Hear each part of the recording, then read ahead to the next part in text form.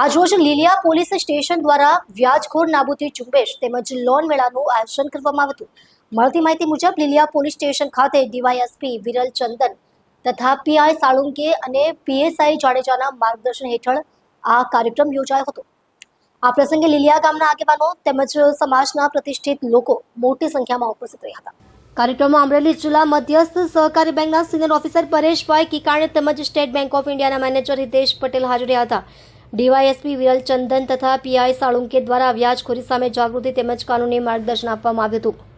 સાથે જ લીલિયાના માજી સરપંચ બાબુભાઈ ધામતે પણ મહત્વપૂર્ણ માર્ગદર્શન આપ્યું હતું. આ કાર્યક્રમમાં ચેમ્બર ઓફ કોમર્સના પ્રમુખ તુષારભાઈ ધોરાચિયા, સરપંચ વિજયભાઈ શેખલિયા, માજી સરપંચ બાબુભાઈ ધામત, ઘનશ્યામ બારિયા, રમેશભાઈ પટકોલિયા, મેહુલ ધામત, ઘનશ્યામભાઈ મેઘાણી, જીવનભાઈ વોરા, રાજન અગ્રાવત, ઘનશ્યામભાઈ ગોહિલ, રૂપાભાઈ, સંજય ગોહિલ, જીતુભાઈ પાઠક, જયરામભાઈ સહિતના આગેવાનો મોટી સંખ્યામાં હાજર રહ્યા હતા અને કાર્યક્રમને સફળ બનાવ્યો હતો. અંતમાં લીલિયા પોલીસ સ્ટેશન દ્વારા હાજર રહેલા તમામ આગેવાનો અને ગ્રામજનો આભાર વ્યક્ત કરવામાં આવ્યો હતો. રિપોર્ટર દીપક ભટ્ટ સાથે કેમેરામેન અનિલ વાળા, લીલિયા મોટા.